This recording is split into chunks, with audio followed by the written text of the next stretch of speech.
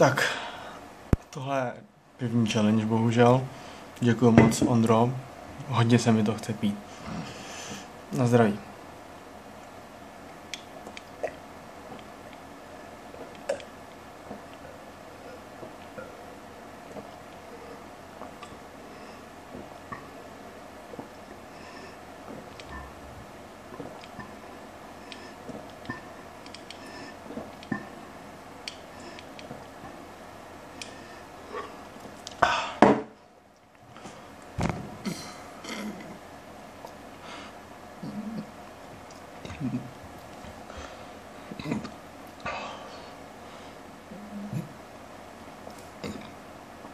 Pardon.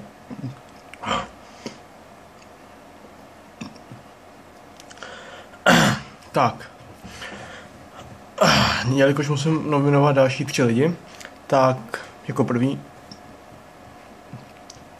nominuju Kláru Peškovou. Jako druhýho nominuji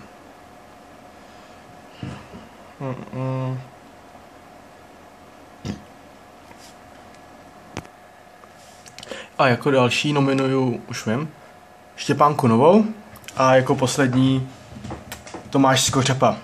Takže máte na to 24 hodin, jestli to nezvládnete, dlužíte mi basu piva. Mějte se.